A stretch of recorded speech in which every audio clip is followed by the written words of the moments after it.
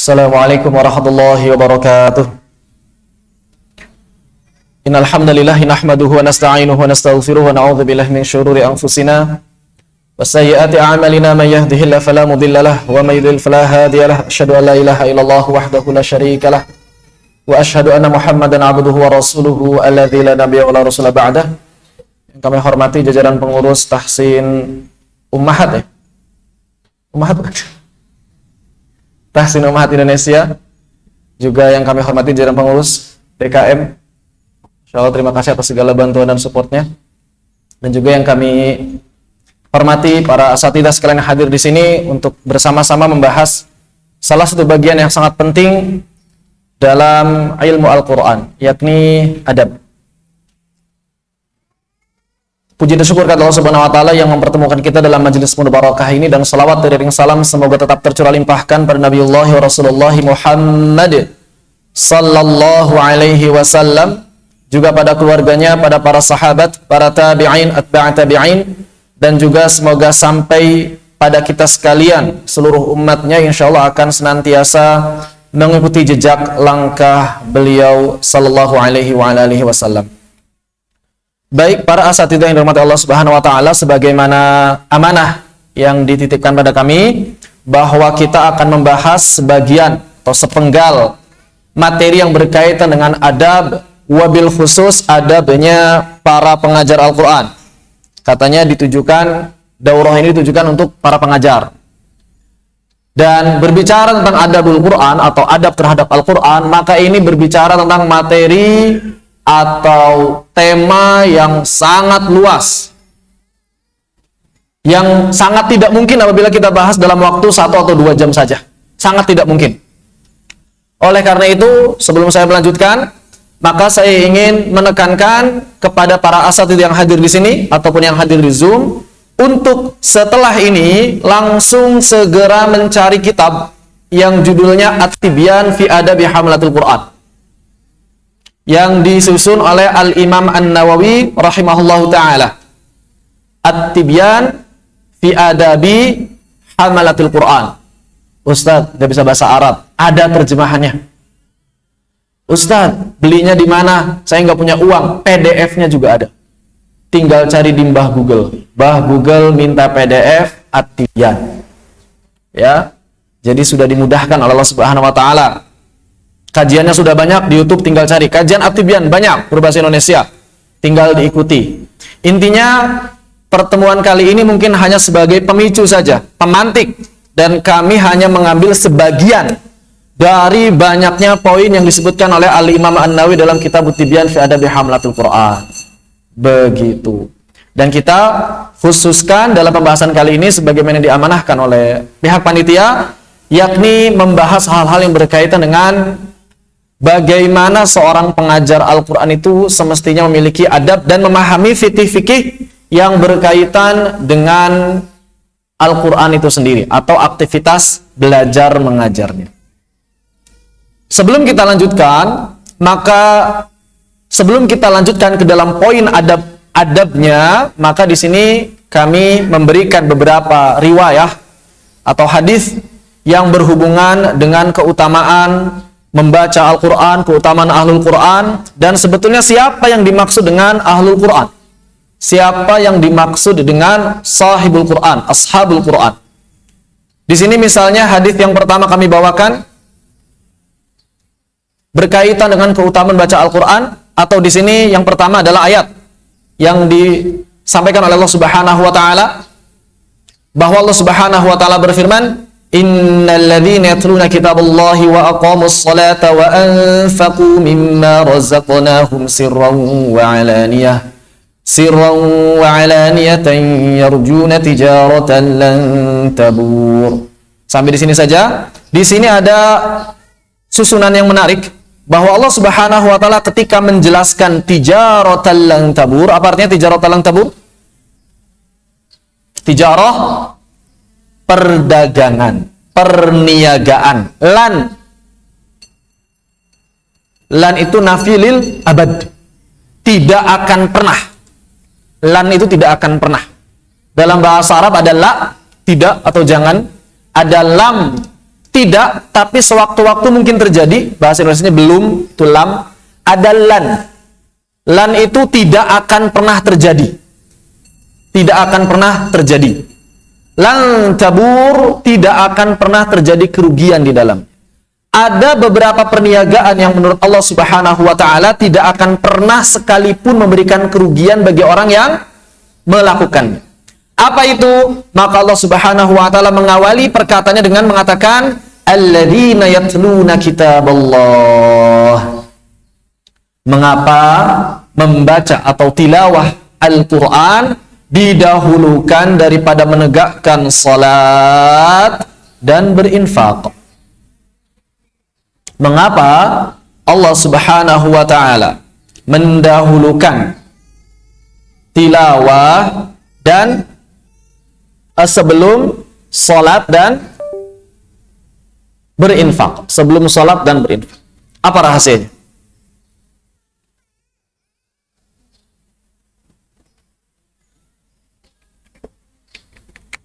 Ada yang tahu? Apa rahasianya? Karena dari sisi hitung-hitungan pahala, membaca Al-Quran itu lebih menguntungkan daripada sholat atau berinfak.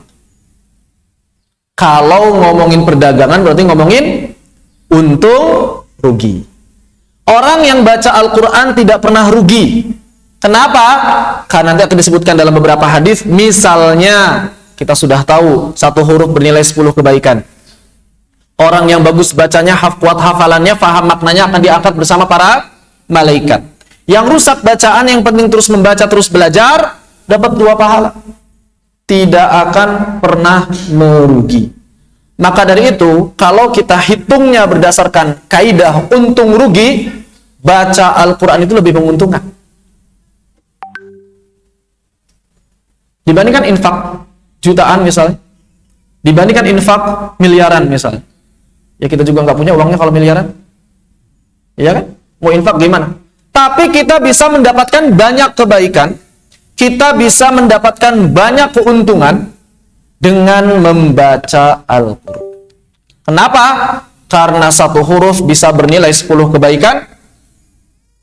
Dan ketika kita membaca misalnya Bismillahirrahmanirrahim dengan niat tilawah, berapa kebaikan yang didapatkan? 190 kebaikan. Baru basmalah sudah 190 kebaikan. Bayangkan kalau 1 halaman. Bayangkan kalau 10 halaman. Bayangkan kalau sampai khatam. Hampir tidak bisa dihitung. Bayangkan kalau orang lagi ngafalin diulang-ulang itu ayat. 1 ayat diulang 5 kali. 1 ayat diulang 10 kali. 1 ayat diulang 20 kali. Ini luar biasa. Lagi murojaah, diulang lagi. Dapat pahala yang berlimpah ruah. Luar biasa. Ya. Makanya tidak akan pernah rugi orang yang membaca Al-Quran. Kemudian, ini yang tadi disampaikan, bahwa dari Aisyah radhiyallahu anha, Nabi Shallallahu alaihi wasallam bersabda, afwan agak ngebut karena poinnya agak banyak, khawatir gak buruk. Al-mahiru bil Qur'ani ma'as safaratil kiramil bararah. Maka orang yang mahir terhadap Al-Quran, mahir itu maksudnya bacanya benar, hafalannya kuat, bisa mentadaburi ayat-ayat Al-Quran, faham apa yang dibaca, maka dia akan diangkat bersama para malaikat. Adapun orang yang terbata-bata, adapun orang yang bacaannya belum lancar, belum faham maknanya, maka dia akan mendapatkan 2 pahala. Hilang.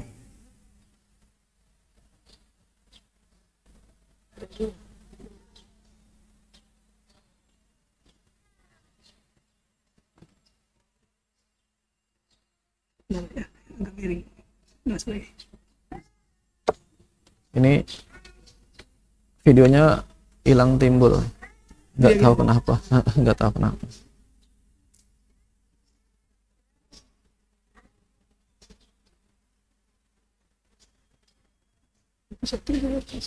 Gimana? Nah ini hilang.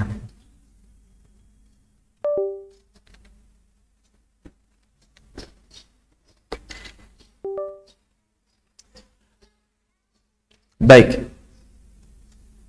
Jadi yang terbata-bata sekalipun, yang keliru sekalipun bisa dapat 2 pahala.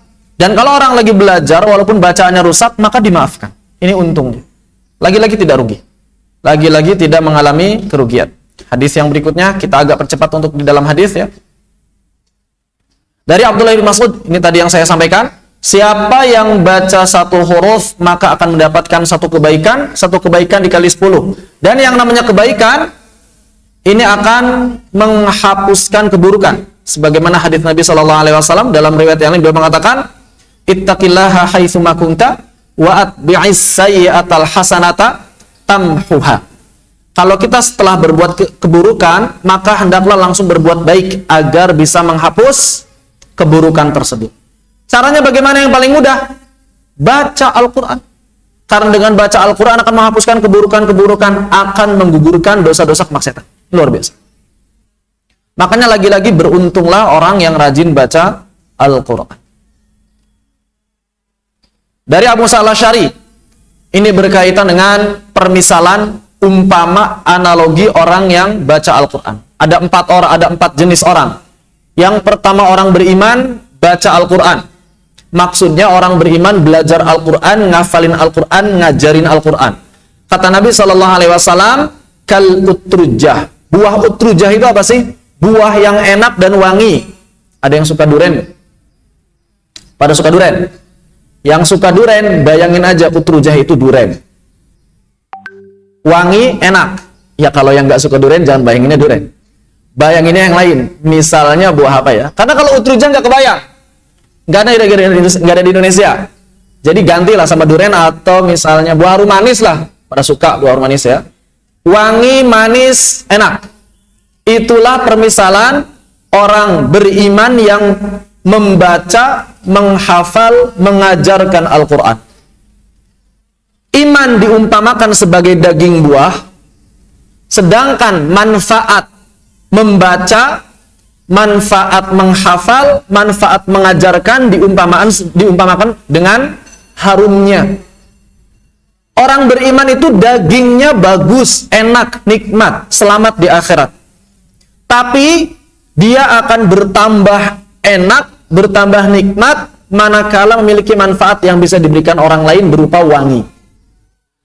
Tapi ada golongan kedua, beriman namun enggak menghafal Al-Quran, enggak mengajarkan Al-Quran. Dagingnya sih manis, insya Allah tetap dinilai sebagai muslim yang baik di akhirat karena dia beriman.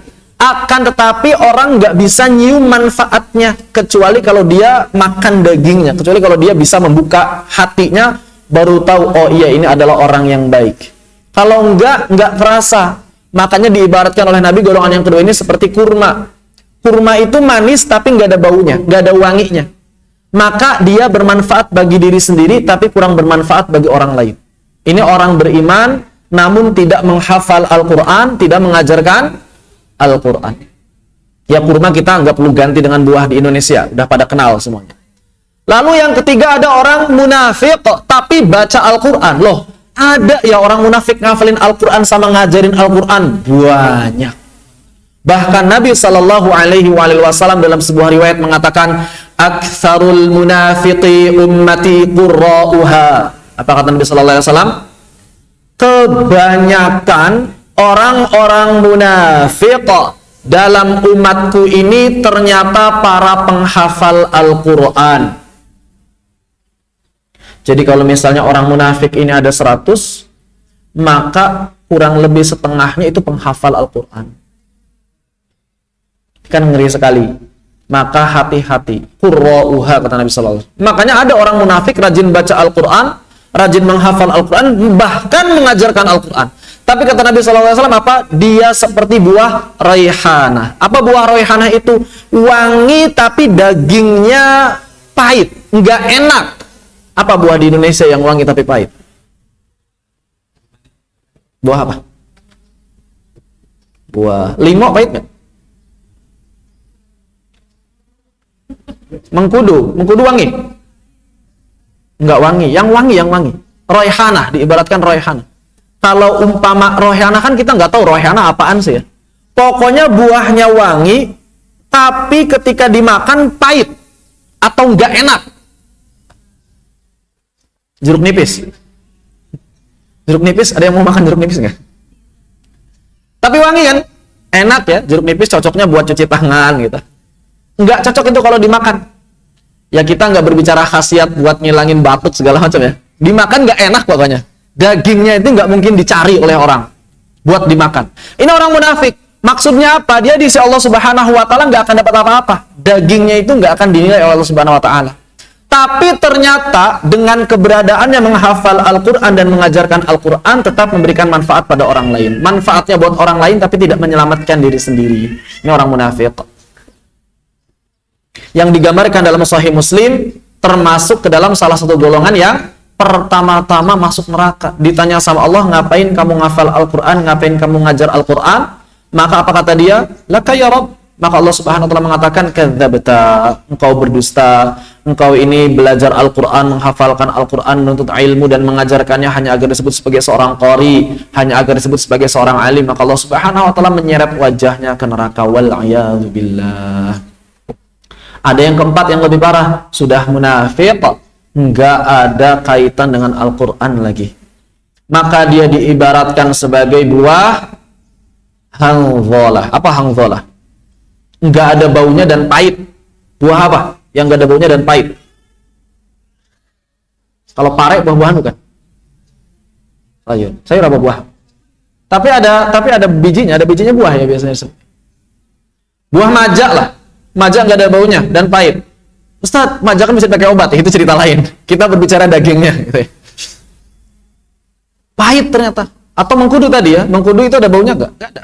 Tapi pahit rasanya. Ya kalau masalah dijadikan obat itu beda lagi. Itu hikmah Allah menciptakan buah-buahan. Kita hanya menganalogikan antara daging dengan baunya saja. Ya. Itu orang munafik. Secara daging dia di sisi Allah Subhanahu Wa Taala nggak dianggap, karena orang munafik hanya menampakkan keislaman di dunia, di akhirat fidarki asfali minan nar. Ya. Di aspalnya neraka, bagian bawah dari neraka. Kemudian dia juga tidak memberikan manfaat bagi orang lain di dunia karena tidak menghafal Al-Quran, tidak mengajarkan Al-Quran. Inilah salah satu keutamaan dekat dengan Al-Quran, membacanya, menghafalnya, mengajarkan. Begitu. Begitu pula sabda Rasulullah Sallallahu Alaihi Wasallam dari Abu Umamah Al-Bahili, beliau bersabda, Iqra'ul Quran, bacalah oleh kalian Al-Quran, hafalkanlah oleh kalian Al-Quran, fa innahu ya'ti yaumal qiyamati syafi'an li ashabi. Karena Al-Quran nanti pada hari kiamat datang memberikan syafaat bagi sahibnya. Sahib itu sahabat dekat yang kemana-mana selalu bersama, sehingga diibaratkan sahib itu nempel gitu. Yang namanya nempel itu berarti nggak terpisah seperti perangkok. Nempel, beneran nempel begitu. Jadi nggak terpisah. Maka cirinya sahibul Quran berarti bagaimana? Ya nempel sama Al-Quran. Nggak terpisah. Bukan cuma dengan mushaf, tapi dengan akhlaknya. Juga dengan apanya? Dengan perilakunya, sehingga dia seperti mushaf yang berjalan. Ini afwan untuk yang di Zoom, para asatidzah yang tidak berkepentingan, mohon di mute ya, afwan jiddan. Peserta yang lain agak terganggu. Afwan. Mohon perhatiannya, mohon pengertiannya para asatidzah. Saya nggak bisa mute soalnya. Tolong admin dibantu ya. Kasihan.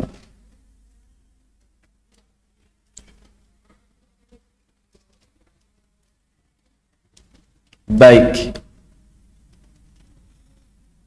Kita lanjutkan hadis yang lain. Ada beberapa hadis lagi. Siapa yang baca? Nah, ini hadis yang sering dijadikan promosi untuk daurah apa istilahnya? Daurah khataman Al-Quran. Hadisnya begini tapi sering disalah terjemahkan. Man qara Al-Quran. Yang pertama, siapa yang baca? Baca di sini maksudnya ngafal. Baca dengan hafalan. Siapa yang menghafal Al-Quran? Yang pertama, wa ta'allam, dan mempelajari ilmunya. wa amila bihi, dan mengamalkannya. Ulbisa walidahu yaumal qiyamati tajan, maka kedua orang tuanya akan diberikan apa? Mahkota yang cahayanya itu seperti cahaya matahari. Apa syaratnya? 3. Apa yang pertama?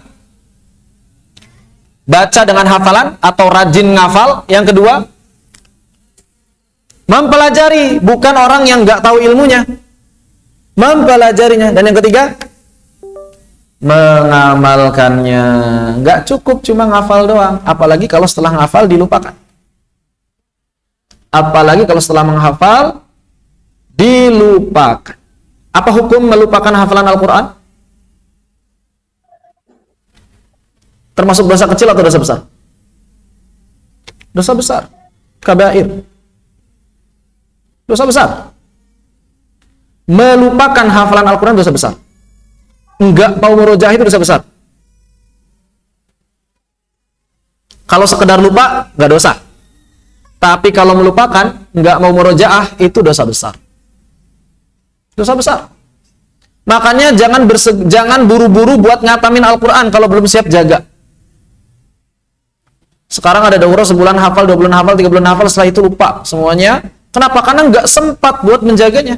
Karena belum terbiasa menjaga banyak hafalan. Maka lebih baik kalau misalnya daurah sebulan, 2 bulan, 3 bulan, jangan tergesa-gesa buat menghatamkan. Dipakai aja daurahnya daurah murajaah misalnya, atau daurah 1 juz tapi mutqin misalnya begitu. Itu jauh lebih baik daripada harus segera menghatamkan pada akhirnya terlupakan. Dosa besar. Gara-gara hadis ini salah memahami hadis. Dikiranya qiraah di sini hafal khatam, bukan, tapi yang terus menghafal dan menjaga. Makanya saya lebih sepakat dengan perkataan para ustadz yang mengatakan seberapa banyak hafalan Anda, seberapapun banyaknya hafalan Anda, maka jadikanlah ia sekuat Al-Fatihah. Kita punya hafalan 1 juz, gak apa-apa, jadikan ia sekuat Al-Fatihah. Kita punya hafalan 5 juz, gak apa-apa, jadikan ia sekuat Al-Fatihah. Kita punya hafalan dari Ad-Duha sampai Anas doang, gak apa-apa, jadikan sekuat Al-Fatihah. Baru setelah itu nambah dikit-dikit, gak usah buru-buru. Termasuk pada anak-anak. Anak-anak beda-beda. Ada yang usia tamyiz sudah bisa menghafal dengan cepat, ada yang sudah balik pun masih berat menghafal, ya gak apa-apa, jangan disamaratakan. Kalau anak kita sanggupnya sehari setengah halaman. Kalau anak kita sanggupnya setengah ayat. Kalau anak kita sanggupnya setengah kalimat itu hanya beberapa kata saja, ya kasih segitu. Jangan diberikan beban melebihi kemampuan, karena setiap anak berbeda-beda. Tapi ada anak yang memang 5 menit sanggup menghafal beberapa halaman, ya kasih, nggak apa-apa, terus. Jadi berbeda-beda. Jangan dipaksa buat khatam seluruhnya, karena kasihan nanti. Anak yang memiliki kemampuan yang berbeda dengan yang lain, dia nanti terbebani. Lalu kemudian ditanyakan, kenapa kok kami, kata orang tua ini, dipakaikan mahkota bi akhdhi walidikum Al-Quran? Karena anak kalian mengamalkan Al-Quran. Jadi yang lebih penting itu mengamalkannya. Ya. Jadi kadang-kadang ada sebagian orang tua yang egois. Nah, hafalin Al-Quran supaya nanti kami diberikan mahkota. Wih, bagus. Tapi egois itu namanya. Kenapa egois? Karena dia nggak pernah berpikir bagaimana cara memberikan mahkota buat orang tuanya. Orang tua zaman sekarang banyak nyuruh anaknya hafal Al-Quran supaya dapat mahkota. Tapi orang tua tersebut nggak pernah berpikir bagaimana cara memberikan mahkota buat orang tua mereka. Egois kan namanya. Nah, jadi ibu-ibu kalau mau nyuruh anaknya buat ngafalin Al-Quran supaya dapat mahkota, pikirin juga gimana caranya orang tua, ayah ibu dari ibu-ibu sekalian dapat mahkota juga. Ya, jangan semangat nyuruh anak, tapi kitanya sendiri lalai. Begitu. Adil berarti. Kitanya semangat ngafal, anaknya juga semangat ngafal. Baik. Hadis yang lain dari Abdullah bin Amr, Nabi sallallahu alaihi wasallam mengatakan, yuqalu li sahibil Qur'an iqra wartaqi waratil kama kunta taratil fid dunya. Ini keistimewaan para penghafal Al-Qur'an di akhirat. Nanti di akhirat ada halqah Qur'an. Dikumpulin orang-orang yang hafal Al-Qur'an, berapapun banyak hafalannya. Nanti kemudian suruh bacalah oleh kalian Al-Quran. Hafalan apa beliat mushaf? Pasti hafalan, karena di sini ada kalimat yang menunjukkan hal tersebut. Fa inna manzilaka 'inda akhiri ayatin taqra'uha. Maka nanti derajat kalian di akhirat itu meningkat sesuai dengan dia berhenti di ayat yang dia baca. Kalau lihat mushaf ya pasti baca 30 juz semua. Nggak mungkin. Berarti setara nanti di akhirat. Enggak, berarti di sini bacanya dengan hafalan. Kita baca Al-Fatihah, ghairil maghdubi alaihim waladdallin. Ada hafalan lagi? Ada. Baca. Udah selesai hafalannya, maka disitulah tingkatan kita. Terus naik derajatnya, naik level selama kita baca dengan hafalan dan bersyarat. Apa syaratnya? Hafalannya mesti tartil. Di sini disampaikan wartaqi warattil. Bacalah Al-Qur'an tersebut dengan tartil sebagaimana kalian biasa membacanya secara tartil di dunia. Jadi kalau yang di dunianya baca nggak tartil, kayaknya sih nggak masuk hadis ini. Karena Nabi di sini mengatakannya sebagaimana kalian biasa membacanya dengan tartil di dunia. Kalau baca di dunianya ngebut, nggak perhatikan tajwidnya, nggak perhatikan waqaf ibtida'nya, yang nggak masuk hadis ini. Berarti nggak tartil dia. Maka di antara hal penting yang mesti kita perhatikan pada anak-anak kita, pada murid-murid kita, ketika mereka mulai menghafal Al-Quran, jangan sampai menghafal itu meninggalkan tajwid. Karena kadang ada orang yang ketika masuk hafalan Al-Quran minta keringanan dalam koreksi tajwidnya. Ustaz, saya kan lagi hafalan sekarang, jadi tajwidnya koreksi dikit aja, Ustaz. Kenapa? Karena kalau dikoreksi tajwid jadi ngeblank. Bahkan surat An-Nas sekalipun. Baca surat An-Nas dengan hafalan, koreksi tajwidnya lupa. Surat Al-Falaq, min syarri ma khalaq, min syarri apa? Min syarri ghasikin, syarri naffat. Padahal cuma gara-gara dikoreksi tajwidnya. Berarti belum mutqin. Ya. Mesti diperhatikan hal-hal seperti itu supaya bacanya tartil. Hadis yang lain dari Utsman bin Affan, Rasulullah SAW bersabda, khairukum man ta'allama al-Qur'an wa 'allamah. Saya sering dapat curhat dari ibu-ibu, Ustaz, saya itu pengen jadi orang yang disebutkan dalam hadis khairukum man ta'allama al-Qur'an wa 'allamah. Makanya saya ngajar, makanya murid saya banyak. Tapi kok ternyata sekarang ketika belajar saya masih banyak kelirunya. Kalau saya berhenti ngajar masih dapat keutamaan hadis ini enggak? Takutnya enggak dapat katanya. Ini keliru dalam memahami hadis.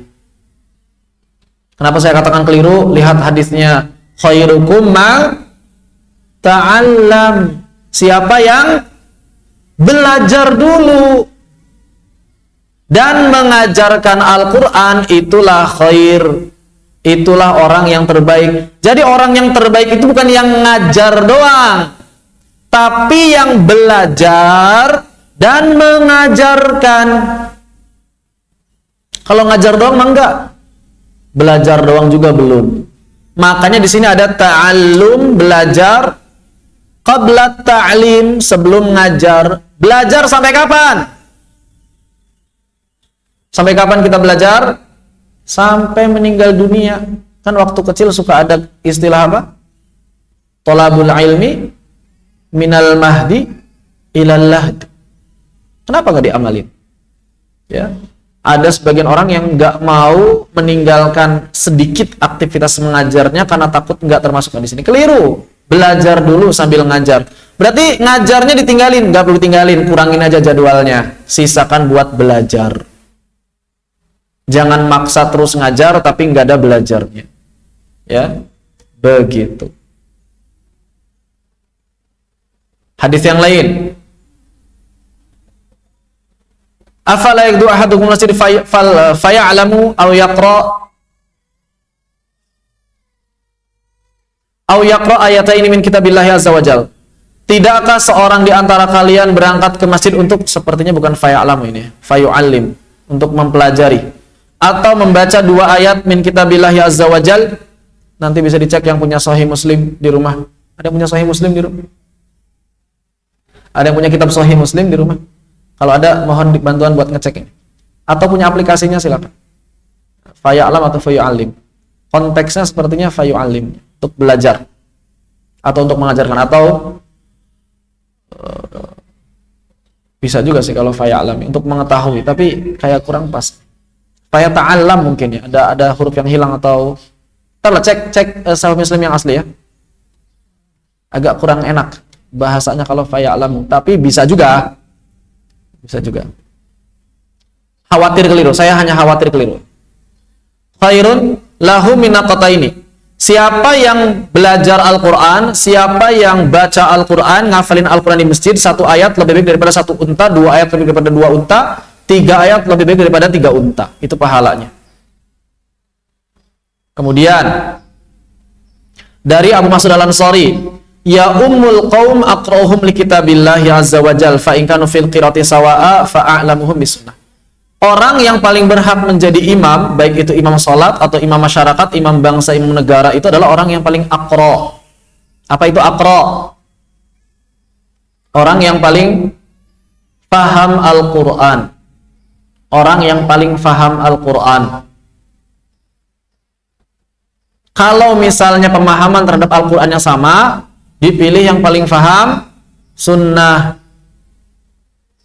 Makanya ketika Nabi wafat, yang menggantikan kepemimpinan Nabi, baik itu menjadi khalifah pemimpin negara dan agama ini, ataupun menjadi imam salat, adalah Sayyidina Abu Bakar As-Siddiq radhiyallahu anhu. Kenapa Abu Bakar? Karena Abu Bakar dinilai sebagai orang yang paling paham Al-Quran. Begitu. Kalau dalam imam salat bagaimana? Yang paling paham Al-Quran. Bukan yang paling tua umurnya dulu. Bukan yang punya jabatan dulu. Tapi yang paling paham Al-Quran. Begitu. Hadis yang lain, ini juga penting, mirip dengan hadis yang tadi sudah disebutkan dari Abu Hurairah radhiyallahu anhu. Nabi sallallahu alaihi wasallam berkata, yaji'ul Qur'anu yaumal qiyamah karajul. Nanti pada hari kiamat ini Al-Quran akan didatangkan dengan rupa laki-laki yang wajahnya cerah. Kemudian orang yang senantiasa bersama Al-Quran di sini akan apa? Wa yudha'u ala ra'sihi tajul waqar wa yuksa walidahu hullatan. Maka dia akan diberikan mahkota kemuliaan dan orang tuanya akan diberikan pakaian, yang pakaian ini begitu cerahnya, begitu bagusnya, begitu mewahnya. Fayaqulan, kemudian kedua orang itu nanya, ya Rabb, anna lana hadza, kenapa kok kami diberikan pakaian ini? Fayuqalu lahuma, maka dikatakan kepada kedua orang tua tersebut, bita'limi waladikumal Qur'an, disebabkan anak kalian itu mengajarkan Al-Quran. Jadi bukan menghafal doang, mengajarkan. Lalu sebetulnya ya, yang disebut ahlul Quran itu siapa? Yang akan diberikan mahkota kemuliaan, yang kedua orang tuanya akan diberikan mahkota dan juga pakaian yang mewah di hari kiamat, itu siapa sebetulnya? Apakah cukup orang yang pernah seorang 30 juz? Apakah orang yang faham tafsir? Apakah orang yang faham ulumul Quran?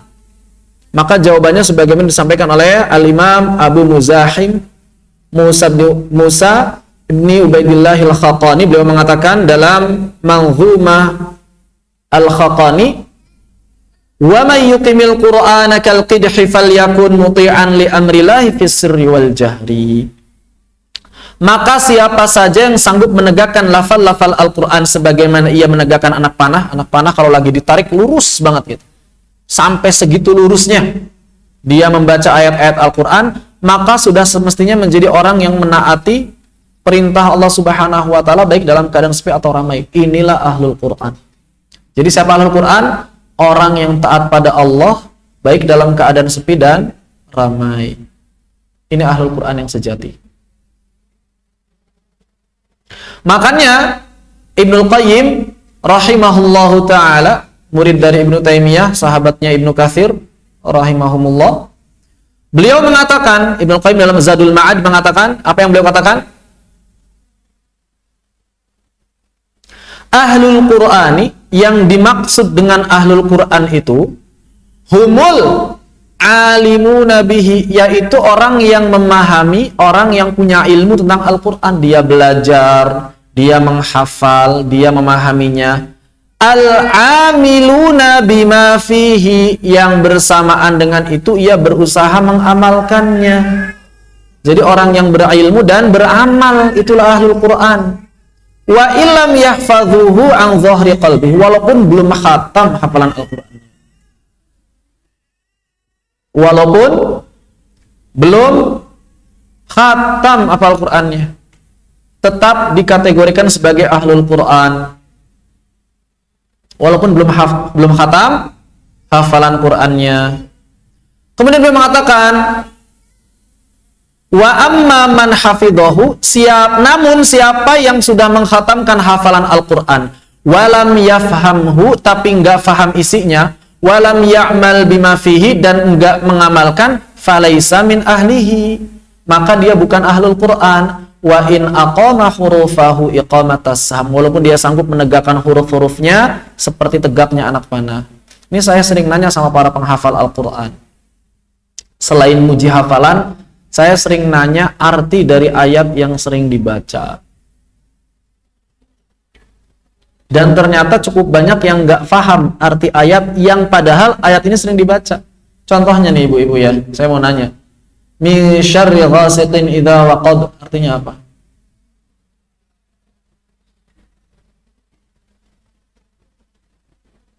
Min syarri ghasiqin idza waqab, artinya apa?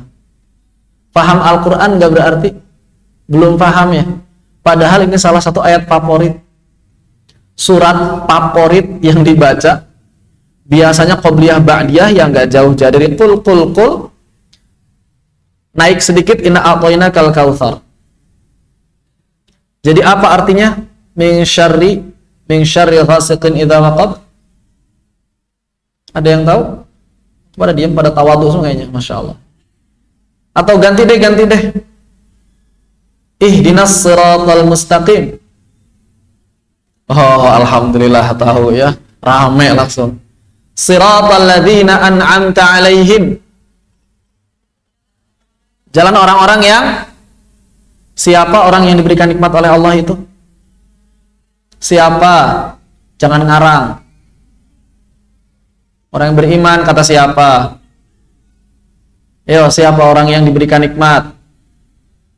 Alladzina namallahu minan nabiyyina wasyuhada wasiddiqina wasyuhada'i wa as-shalihin. Itu orang yang diberikan nikmat. Para nabi, orang-orang siddiq, para syuhada, orang-orang salih. Kata siapa? Kata Al-Quran itu sendiri.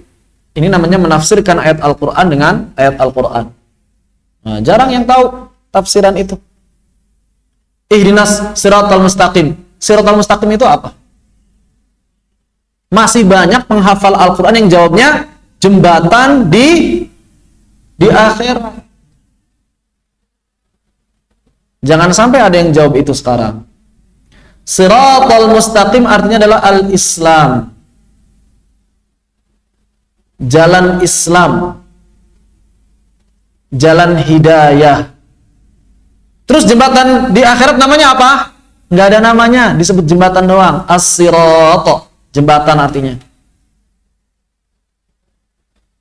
Dan ini terjadi ya, kasus yang sama. Jadi ketidaktahuan terhadap makna Al-Quran ini juga menimpa para penghafal Al-Quran.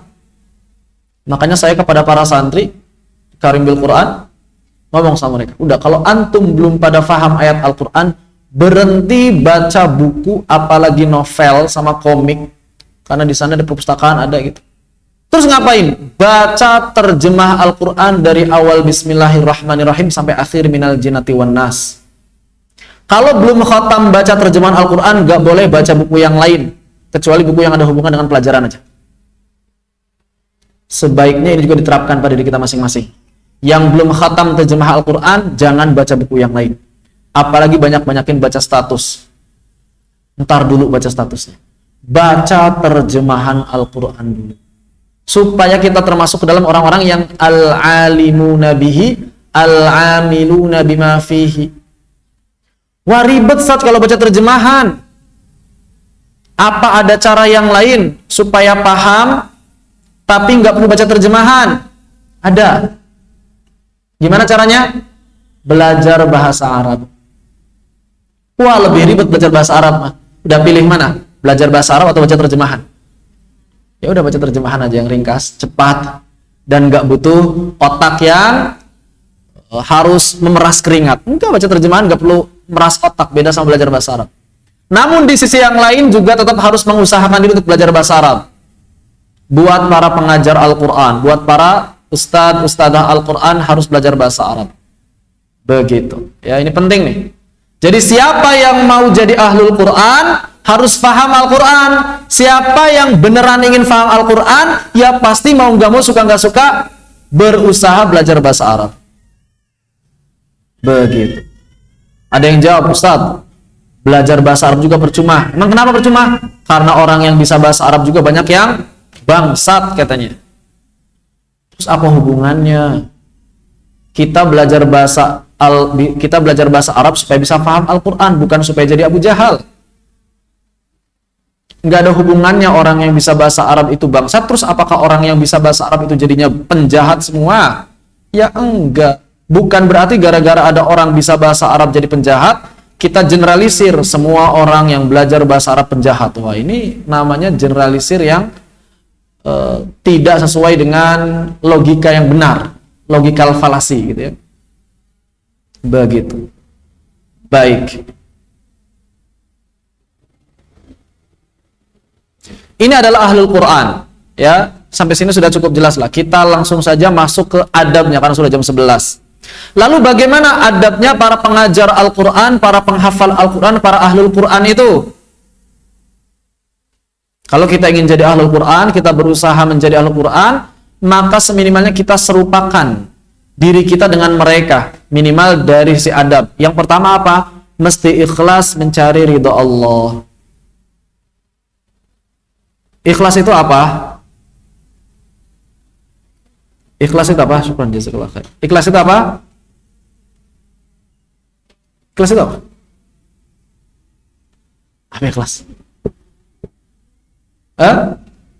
Ikhlas adalah tidak mengharapkan imbalan kecuali dari Allah, bukan tidak mengharapkan imbalan apapun. Karena Rasulullah SAW bersabda, innamal a'malu binniyat. Amal kita itu dinilai oleh Allah tergantung niatnya. Berarti kalau misalnya sekarang kita ngajar Al-Quran, niatnya nggak pengen dapat apa-apa, insya Allah Allah nggak akan kasih apa-apa. Kenapa ngajar Al-Quran? Saya nggak berharap apapun dari ngajar Al-Quran. Insya Allah nggak akan dapat apapun. Loh, terus gimana caranya supaya dapat balasan dari Allah? Maka munculkan maksud tersebut. Ya Allah, saya ngajar Al-Quran karena ingin mendapatkan balasan darimu berupa keridhaanmu, kecintaanmu, agar termasuk ke dalam golongan khairukum man ta'allama al-Qur'ana wa 'allama, agar termasuk menjadi sahibul Quran, agar termasuk menjadi ahlul Quran, agar bisa diberikan mahkota kemuliaan dan pakaian yang mulia bagi kedua orang tua kita, dan agar bisa menemui Nabi dan para sahabatnya di surga kelak. Itu harus ditanamkan pada hati kita saat akan mengajar Al-Quran. Meminta pada Allah.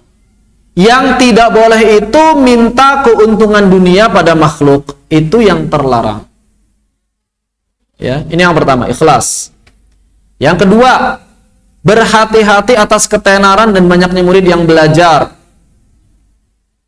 Jangan sampai gara-gara banyaknya murid yang belajar membuat kita tenar menjadi ujub, melarang murid-muridnya buat belajar di tempat yang lain, atau kemudian memanfaatkan kebanyakan dan ketenaran dirinya itu untuk meraup keuntungan sebanyak-banyaknya dan semisalnya. Yang ketiga, berakhlak dengan akhlak yang baik. Ya, jelas, ini sudah tidak perlu dijelaskan. Berperilaku terpuji juga sudah jelas. Dan zuhud terhadap dunia. Apa itu zuhud terhadap dunia? Selalu merasa cukup atas rizki yang diberikan oleh Allah Subhanahu wa taala dan meninggalkan dunia. Meninggalkan dunia itu bukan berarti kita nggak mau mencari penghidupan, bukan. Mencari penghidupan secukupnya saja. Tapi biasanya rata-rata pengajar Al-Quran kayak gitu ya. Nggak meninggalkan dunia pun sudah pas-pasan gitu. Yang penting jangan sampai meraup keuntungan sebanyak-banyaknya dengan hal tersebut. Yang keempat, penyantun. Jadi ahlul Quran harus santun, bahasanya nggak kasar, bahasanya baik, sabar. Karena kalau nggak sabar menghadapi muridnya pada kabur. Dermawan, murah hati, dan senantiasa menunjukkan wajah yang berseri. Makanya jadilah orang yang ekstrovert sebagai pengajar Al-Quran. Kenapa? Karena orang ekstrovert semakin sering ketemu orang, semakin bahagia. Maka latihlah diri menjadi orang yang ekstrovert. Sebagai pengajar Al-Quran mesti jadi ekstrovert. Orang introvert gak cocok jadi pengajar Al-Quran. Kenapa? Karena introvert semakin sedikit ketemu orang, semakin bahagia. Semakin ketemu banyak orang, semakin membuat dirinya tertekan. Gak cocok orang introvert belajar Al-Quran. Introvert itu cocoknya jadi admin.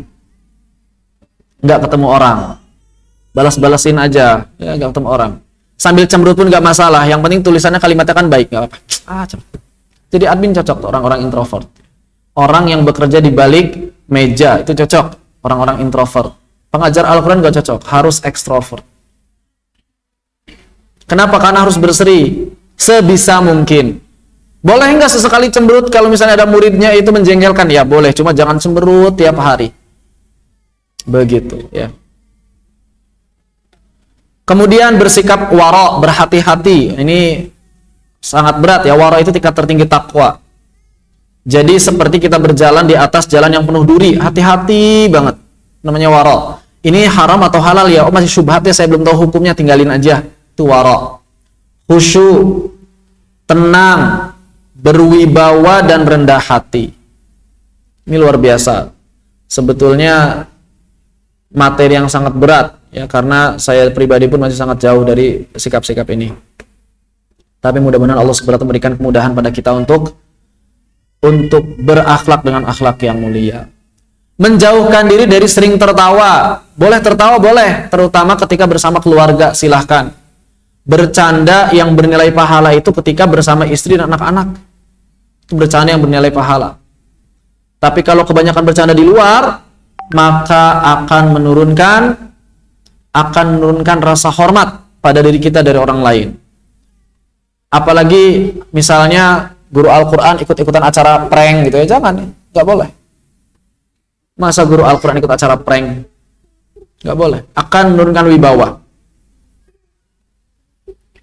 Merutinkan kebersihan diri, pakaian tempat ini juga sering saya temukan para pengajar Al-Quran ya. Kalau pakaian bagus atau enggak itu relatif lah ya, enggak masalah. Yang penting jangan sampai bau. Kalau pakaian biasa-biasa namun wangi, orang itu tetap senang deketinnya. Jangan sampai sudah pakaian bau, sorban apek, kuku panjang-panjang hitam-hitam, rambut gondrong nggak jelas, kumis berantakan, jenggot berantakan, ngajar Al-Quran, maka kurang cocok dari sisi adab. Maka jadilah orang yang rapih, yang resik. Kalau kita merasa memang ada sesuatu yang berlebihan dari bau badan, maka cari solusinya. Ustadz, kan perempuan nggak boleh pakai minyak wangi. Ya nggak perlu pakai minyak wangi. Pakai deodoran misalnya, nggak ada wanginya. Ya begitu. Yang penting itu bikin orang nyaman. Sebagai guru Al-Quran. Kalau laki-laki apalagi, pakai minyak wangi. Kemana-mana bawa minyak wangi.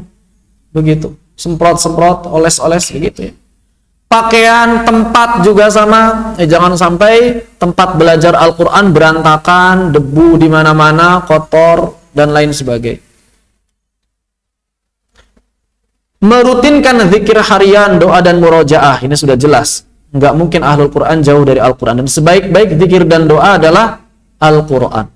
Sebaik-baik zikir dan doa adalah Al-Quran. Merasa selalu diawasi Allah, ini berat. Kalau lagi bareng-bareng sama orang ya bisa merasa diawasi, tapi kalau lagi sendirian ini Masya Allah. Maka penting untuk dilatih agar kita senantiasa merasa dekat dengan Allah dan jauh dari sikap iri, dengki, riya, ujub atau sombong. Masya Allah, ini semua penyakit hati yang mesti dijauhi. Ujub itu bangga diri, Sombong itu merendahkan orang lain. Ria ingin didengar, ria ingin dilihat orang lain, sum'ah ingin didengar, dengki ingin menghancurkan kenikmatan yang Allah berikan pada orang lain. Maka ini wajib dihindari semuanya, obati penyakit hati kita. Berikutnya, memperlakukan murid-muridnya layaknya anak-anak sendiri dari sisi kecintaannya, kelembutannya, bagaimana berbahasa dengannya.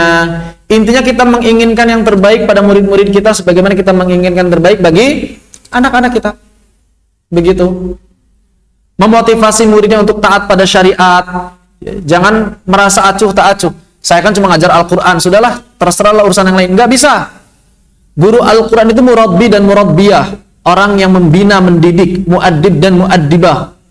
Bukan sekadar muhafidh-muhafidhah, bukan sekadar orang yang menerima hafalan saja, bukan. Tapi orang yang bisa mendidik, memberikan pencerahan pada murid-muridnya. Makanya kita didik mereka dengan akhlak yang mulia, untuk selalu belajar, murojaah, motivasi dan lain sebagainya. Menasihati murid-muridnya agar menjauhi akhlak yang tercela dan sikap yang tidak terpuji, ya sama. Begitu dengan sikap kita. Kemudian adil dan bijak terhadap murid-muridnya. Ketika ada sebagian muridnya yang memiliki kelebihan, boleh dipuji, boleh. Namun jangan sampai menimbulkan kecemburuan dan rasa dengki pada murid yang lain. Begitu. Hati-hati. Ngasih hadiah ke muridnya boleh, tapi jangan sampai menimbulkan rasa dengki, rasa iri pada murid yang lain. Ketika kita khawatir muncul rasa iri, rasa dengki, maka lebih baik jangan diberi hadiah. Kita hindari rasa itu. Tidak merasa iri apalah dengki terhadap pencapaian murid-muridnya. Kenapa? Karena murid-murid kita adalah anak-anak kita. Maka ketika murid-murid kita berprestasi, kita harusnya bangga, bahagia. Jangan malah iri dan dengki terhadap murid-muridnya. Di sisi yang lain, kalau murid kita berprestasi, jangan merasa ujub. Wah, ini adalah gara-gara hasil kerja saya. Tidak. Itu adalah hasil dari karunia Allah Subhanahu wa Ta'ala. Ya. Jadi di satu sisi jangan dengki kepada murid, di sisi lain jangan membanggakan diri sendiri terhadap pencapaian murid-muridnya. Dan tidak menyombongkan diri di hadapan murid-muridnya. Biasanya ini muncul kalau murid-muridnya sudah mulai bersikap berlebihan. Makanya sebagai seorang guru harus menahan murid-murid bersikap berlebihan kepadanya. Kenapa? Karena khawatir nanti dia akan merasa ujub dan sombong di hadapan murid-muridnya. Murid-murid yang ngingetin jadinya nggak mau. Ngasih nasihat nggak diterima karena dia merasa selalu benar, muridnya berada di bawahnya. Ini tidak diperkenankan. Senantiasa mendoakan kebaikan bagi murid-muridnya. Ini yang jarang dilakukan oleh sebagian guru nih. Sebagian guru jarang yang ngomongin kebaikan di hadapan Allah mengenai murid-muridnya. Ya Allah, saya punya murid fulan, fulanah, fulan, fulanah, fulan, fulan. Sebutin semuanya tuh. Mohon bantuanmu ya Allah agar memudahkan mereka, begitu. Kasih kebaikan berupa doa bagi murid-murid kita.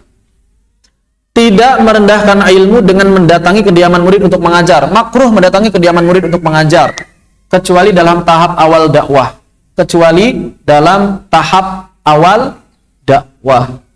Muridnya ini masih awam, baru hijrah, nggak mungkin kalau suruh datang ke tempat, maka kita yang datangi. Nggak apa-apa, tapi dikasih pemahaman bahwa guru mendatangi murid itu makruh.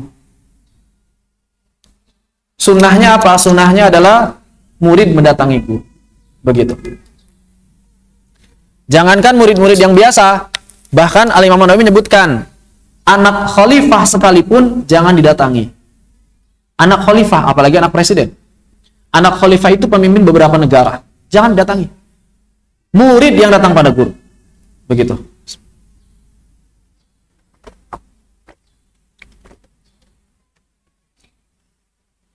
Tidak mengharapkan balasan apapun dari murid-muridnya. Sebagai guru kita tidak berhak meminta balasan, baik berupa hadiah, pujian, atau pelayanan. Kalau memang ada akad ijarah, ada akad untuk bayar, belajar, cukup hanya itu saja yang kita terima dari murid kita. Selain itu tidak. Terus gimana kalau murid yang ngasih hadiah, kalau mungkin bisa ditolak, ditolak. Kalau nggak bisa ya terima, tapi jangan berharap. Sebagian guru Al-Quran di Mesir, kalau murid yang ngasih hadiah itu diterima, tapi kemudian disimpan di depan rumahnya. Nggak dibawa masuk. Cuma kadang-kadang hal seperti itu menyakiti murid yang ngasih hadiah. Ya sudah, diterima saja. Tapi jangan berharap pas muridnya gak ngasih hadiah, kita langsung ada dalam hati, kenapa ya dia gak pernah ngasih hadiah sama saya? Itu gak boleh. Kenapa dia gak pernah melayani saya? Itu gak boleh. Dari sisi seorang guru tidak boleh seperti itu. Tapi kalau kita jadi murid, maka kasih hadiah sebanyak-banyaknya pada guru kita. Layani guru kita sebaik-baiknya seperti budak melayani tuannya. Kalau kita sebagai murid. Kalau kita sebagai guru, tidak boleh memperlakukan murid kita sebagai budak. Tapi kalau kita sebagai murid, perlakuan guru kita seperti budak melayani tuannya. Begitu. Kemudian selalu mencari solusi terbaik atas permasalahan murid-muridnya. Tempat curhat murid-muridnya. Biasanya ibu-ibu, ya. Nggak apa-apa, terima, dengerin. Kita ini lagi belajar Al-Quran. Kita ini lagi belajar Al-Quran, bukan lagi belajar yang lain. Nggak apa-apa. Sebagai guru Al-Quran harus siap menerima itu semuanya. Begitu. Menyediakan majelis yang luas. Agar apa? Agar lapang. Ya, semakin luas majelis itu semakin baik. Makanya kalau misalnya rumah kita sempit, ya belajarnya di masjid gitu. Belajarnya di tempat yang memang bisa digunakan buat belajar dengan baik. Dianjurkan sholat sebelum duduk, apalagi kalau di masjid tempatnya. Bukan di masjid saja, tetap dianjurkan sholat sebelum duduk. Misalnya tempat belajarnya majelis atau markaz, maka sebelum duduk sholat dulu minimal 2 rakaat. Sholat sunnah mutlaq. Kalau belum duha, sekalian duha. Kalau belum ba'diyah, nggak apa-apa niatnya digabung sama ba'diyah. Kalau kita melaksanakan setelah wudhu, langsung digabung dengan sholat wudhu, tidak masalah niatnya. Kalau masuk masjid, maka bisa digabung sholat sunnah wudhu, masuk masjid, sama sholat sunnah sebelum mengajar. Cukup 2 rakaat, dapat 3 pahala. Sunnah, ya.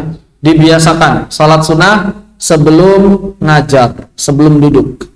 Dan dianjurkan sholatnya itu di dekat tempat duduk atau di tempat duduknya. Tempatnya di situ. Misalnya tempat duduknya di sini, maka sholatnya di sebelah sini, ya, yang dekat dengan tempat duduk. Selalu meningkatkan kapasitas diri. Jadi selalu belajar. Kapan berhentinya belajar? Kalau udah mati.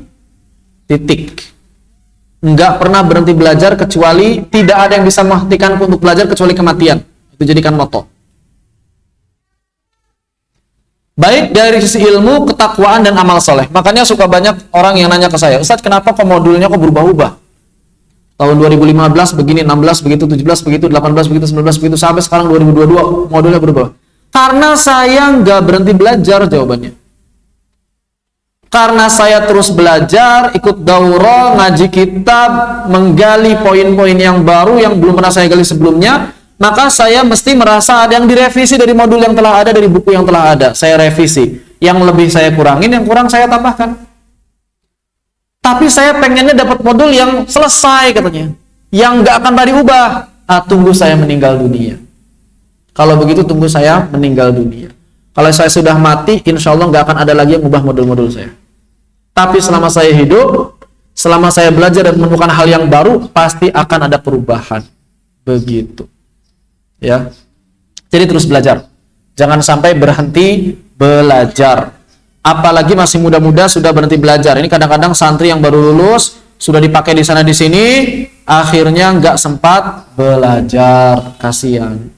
Maka kita harus tahu diri juga. Oh, ini santri baru lulus, belum 30 tahun sudah kesana kemari. Padahal waktu yang dibutuhkan buat belajar itu mestinya lebih banyak daripada waktu buat ngajarnya. Tapi karena kesibukannya ngajar, jadi nggak sempat belajar. Kasihan.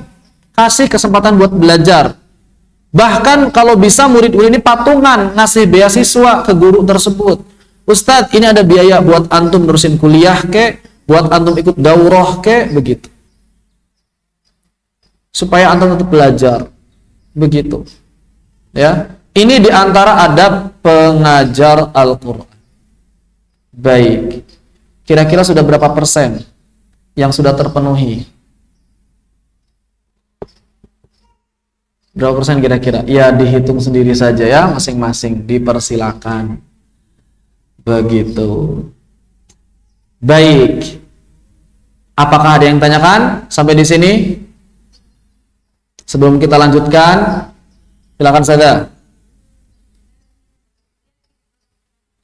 Punya murid introvert banget. Terus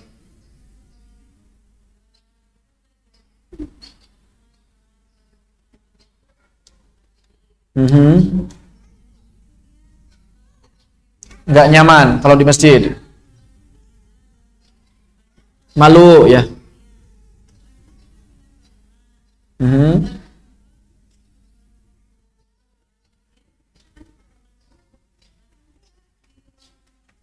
Iya.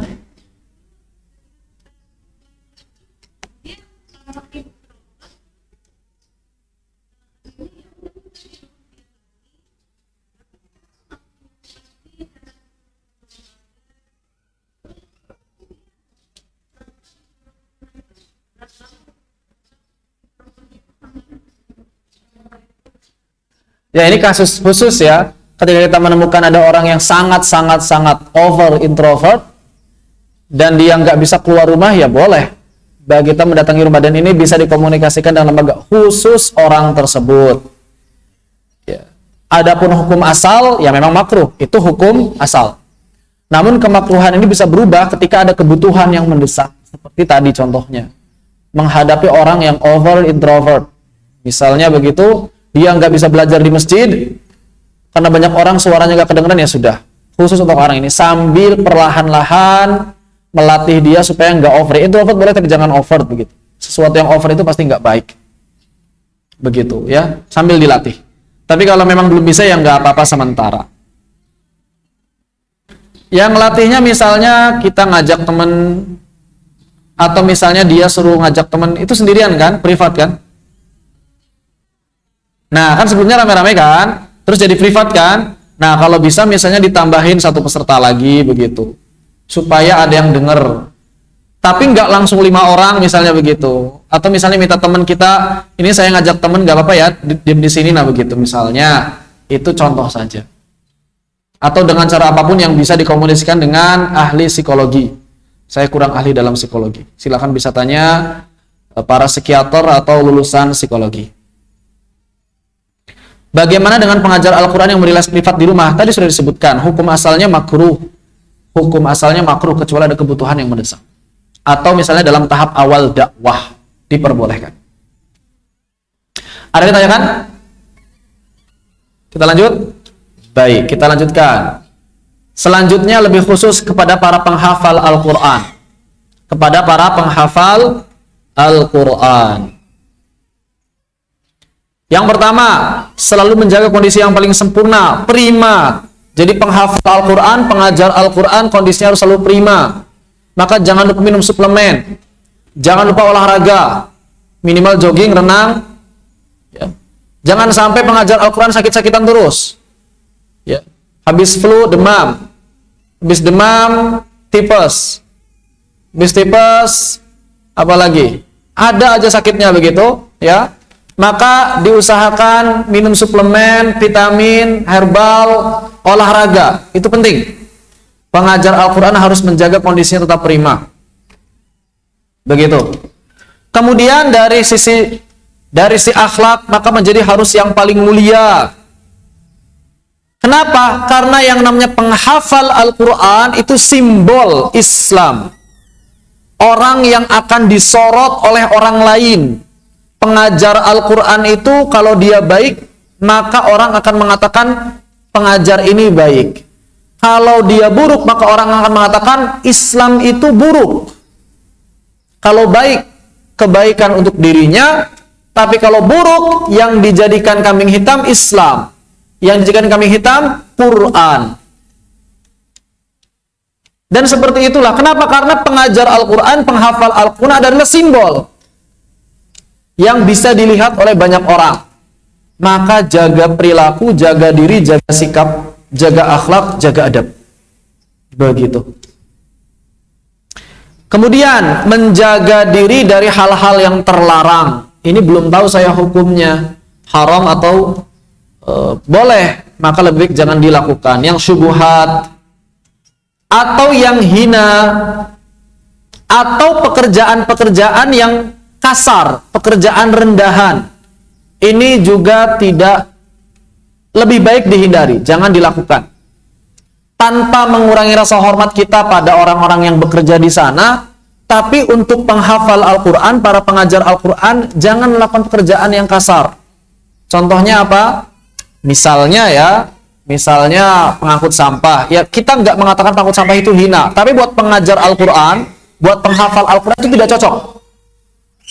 Pengangkut sampah, atau misalnya pemulung, atau misalnya ngojek. Kenapa ngojek? Karena di Indonesia ngojek itu bebas. Laki-laki boleh bawa perempuan, perempuan boleh dibawa laki-laki. Maka berarti para ustadzah hindari ngojek sebisa mungkin. Ustadz, gimana saya nggak punya kendaraan sendiri? Pilih Grab Car, Gokar. Mahal sedikit nggak apa-apa, tapi menghindari syubhat. Daripada dibonceng oleh laki-laki yang nggak dikenal. Kalau saya pribadi melihat istri saya dibonceng sama laki-laki kenal, itu pasti sangat super duper cemburu. Bukan cuma pengen mukul tukang ojeknya, pengen saya penggal tukang ojeknya itu, kalau perlu. Ya, makanya para suami hindarkan para istrinya buat ngojek. Kalau harus terpaksa mobil, sekarang ada GrabCar, ada Gokar. Kalau ngojek bisa pilih ojeknya perempuan, bagus. Tapi kan nggak bisa milih. Maka hindari. Ya, jangan sampai para ustadzah, apalagi pengajar Al-Quran, datang ke tempat ngajarnya dengan ojek. Ini akan merendahkan muru'ah. Begitu, ya. Ya kan ada batas, pokoknya tetap nilainya akan turun di hadapan murid-muridnya, juga di hadapan Allah Subhanahu wa Ta'ala. Kalau mau dengan kendaraan umum tadi, pakai kendaraan umum sekalian, angkot misalnya, atau kalaupun mau pakai kendaraan khusus seperti tadi, lebih baik pilih mobil. Seenggaknya berjarak, supir di depan, dia di belakang. Diusahakan juga bawa orang ketiga seperti anak-anak misalnya, supaya tidak berdua. Kalau ingin lebih selamat, belajar nyetir, atau belajar motor, atau minta suaminya, atau minta orang terdekatnya buat nganter. Ya. Kalau memang ingin lebih selamat. Kalau nggak sanggup tadi ya, lebih baik pokoknya hindari ngojek. Apalagi pengajar Al-Quran laki-laki misalnya jadi tukang ojek. Ya kalau sekadar nganterin barang, nganter sama laki-laki nggak masalah. Tapi kalau nganter perempuan, ini jadi masalah. Begitu. Kenapa? Karena pengajar Al-Quran harus memiliki jiwa yang terhormat, yang dihargai, dihormati orang-orang lain. Dan kemudian tinggi hati terhadap penguasa yang angkuh. Nggak boleh menjilat penguasa. Haram. Pengajar Al-Quran, penghafal Al-Quran harus orang yang menjadi paling berani terhadap penguasa yang zalim. Berani di sini bukan berarti memerangi, bukan. Maksudnya harus berani memberikan nasihat di depan umum, berikan nasihat secara khusus. Itulah para penghafal Al-Quran. Dan bersikap keras terhadap para budak dunia. Budak dunia itu apa? Orang-orang yang sehari-hari ngurusin dunia terus harus keras. Nggak boleh lunak. Namun di sisi lain, para penghafal Al-Quran, para pengajar Al-Quran harus bersikap rendah hati kepada orang-orang yang soleh. Walaupun bukan pejabat, walaupun hartanya miskin. Murah hati kepada orang-orang miskin, harus banyak sedekah infak. Dan berjiwa penolong atas orang-orang yang lemah. Itulah para pengajar Al-Quran, para penghafal Al-Quran. Jangan dibalik, sama penguasa malah lunak, sama orang miskin malah keras, sama orang kaya malah murah hati, sama orang miskin malah nolak-nolak dia belajar. Ini bukan akhlak ahlul Quran. Berapapun saya dibayar, kalau mereka butuh saya buat mengajar, saya datang. Saya mengajar bukan karena melihat nominalnya. Begitu harusnya ahlul Quran. Bukan ngelis masjid. Ini masjid kalau ngasih khutbah 1.500.000, ini 300. Dikelompokin. Yang 300, yang 500, yang 1.000.000. Kalau mereka WA barengan waktunya sama, kita pilih yang 1.000.000. Pilih yang paling membutuhkan, bukan pilih yang paling banyak ngasih duit. Kita bisa lihat mana yang paling membutuhkan dan mana yang paling menerima kita. Sebagaimana yang Allah sampaikan dalam surat Abbas. Pilih-pilihannya bukan kehormatannya, pilih-pilihannya bukan hartanya, tapi siapa yang paling butuh kita, siapa yang paling siap menerima dakwah kita. Itu yang kita pilih. Begitu. Ada iklan dulu sebentar.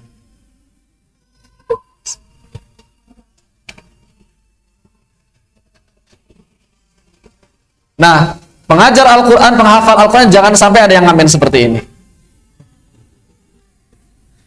Ya karena nggak mungkin ya, tanpa mengurangi rasa hormat kita pada beliau. Tapi nggak cocok kalau pengajar Al-Quran misalnya, apalagi bawa odong-odong, bawa ondel-ondel gitu, nggak cocok ya. Pengajar Al-Quran, penghafal Al-Quran, jangan. Maka ini juga menjadi perhatian bagi murid-murid. Maka murid-muridnya harus perhatian. Loh kok guru saya ngojek? Wah berarti udah nggak ada pekerjaan lagi. Berarti muridnya harus perhatian. Oh berarti sudah saatnya saya menambahkan hadiah pada beliau. Sudah saatnya saya memberikan saham perusahaan saya pada beliau. Harusnya begitu. Jadi murid-murid yang punya perusahaan besar, nggak usah bayar bulanan, cukup potong saja saham perusahaannya, kasih ke gurunya. Ustaz, antum nggak perlu ngojek lagi. Ini 5% saham perusahaan saya atas nama antum. Kan tenang gurunya, alhamdulillah. Semua kelas saya bisa digratiskan. Alhamdulillah. Karena sudah tenang, 5% saham dari perusahaan yang dimiliki oleh muridnya. Begitu. Jadi muridnya harus tahu, wah ini motor ustadznya, ini motor tahun 90-an. Kayaknya udah berbulan-bulan nggak masuk bengkel. Spionnya udah berantakan. Bannya udah gundul, udah lecek motor. Berarti sudah saatnya murid-muridnya ngasih motor yang baru buat ustadz. Jangan kemudian malah begini bilang ke ustadz, Ustadz, antum kan keadaan pas-pasan. Mari ustadz kita jadi pengusaha. Nah, boro-boro ustadz mau jadi pengusaha, tuh siapa yang ngajarnya ntar? Sering sekali para pengusaha bilang begitu. Mari para ustadz jadi orang kaya. Mari para ustadz jadilah berjiwa pengusaha. Nggak mesti begitu. Kalau Anda memang pengusaha, udah potong aja sahamnya buat saya, sekian persen, selesai. Saya tetap ngajar, saya jadi pengusaha. Nggak perlu ngajarin saya usaha, karena belum tentu bisa. Kalaupun bisa, nanti akan menyita waktu, sehingga saya meninggalkan pengajaran saya dan milih buat berusaha, buat belajar usaha. Dan itu yang terjadi hari ini. Para pengajar Al-Quran, paginya nganterin madu, nganterin susu kedelai, nganterin herbal, pulang udah capek, jadwal ngajar jam 8. Ngajarnya sudah dalam kondisi lelah, tenaga sisa. Jam 12, ada antrean apa lagi, kerja di mana lagi, keliling ke sana, keliling ke sini, udah panas, kehujanan, malam ada jadwal taklim lagi, kondisi capek lagi, kondisi lelah lagi. Akhirnya nggak optimal. Disuruh jadi pengusaha, belajar usaha, udah belajar usaha, ada yang sukses, ada yang enggak. Akhirnya terbengkalai itu kelas-kelasnya. Siapa yang mau ngajar? Nggak ada. Maka buat para pengusaha, ini mudah-mudahan ada pengusaha yang hadir di sini, mau yang hadir langsung di sini atau yang di Zoom, nggak perlu ribet-ribet ngajarin usaha sama ustadznya, cukup potong saham perusahaannya saja atas nama ustadznya, selesai. Atau berikan misalnya hadiah rutin buat ustadznya tiap bulan. Ustadz, antum nggak perlu ngambil uang dari murid-murid antum. Ini ada uang 10 juta per bulan buat antum, supaya antum nggak ngambil uang dari murid-murid antum. Udah, antum makan dari saya aja, 10 juta per bulan. Selesai. Loh kok Ustadz mata duitan? Bukan mata duitan, memang begitulah zaman dahulu orang-orang kaya dan negara memperlakukan guru Al-Quran. Masalahnya sekarang negara nggak memperlakukan guru Al-Quran seperti itu. Kalau zaman dulu guru Al-Quran diperlakukan seperti itu oleh negara. Guru Al-Quran itu rata-rata nggak punya pekerjaan. Pekerjaannya apa? Yang ngajar Al-Quran udah selesai. Begitu. Terus mereka penghidupan sehari-hari dari negara. Dari negara. Ada yang dikasih 1.000 dirham per hari, 10.000 dirham. 1.000 dirham itu kalau misalnya zaman sekarang, katakanlah 1 dirham 50.000. Berarti 1.000 dirham berapa tuh? 50 juta per hari. Wah, luar biasa, 50 juta per hari, Ustaz. Ayo. Mau, Ustaz? Siapa yang nggak boleh 50 juta per hari?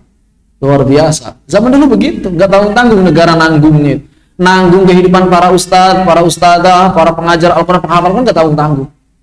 Ya, ratusan ribuan dirham mereka keluarkan per hari buat nanggung kehidupan para ahlul Quran. Memiliki sifat khusyuk, tenang, beribadah, tadi sudah jelas ya, dan tidak menjadikan bacaan atau hafalan Al-Quran yang dimilikinya sebagai sumber mata pencaharian. Bacaan tidak boleh dijadikan sumber mata pencaharian. Hafalan tidak boleh dijadikan sumber mata pencaharian. Misalnya begini, Saya mau baca, tarifnya 5 juta per jam, itu nggak boleh.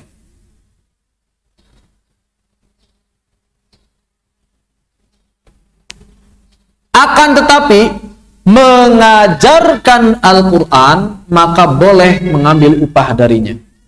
Ada membaca Al-Quran, ada mengajarkan Al-Quran. Membaca Al-Quran, haram meminta upah. Kalau dikasih gara-gara baca, ya nggak apa-apa.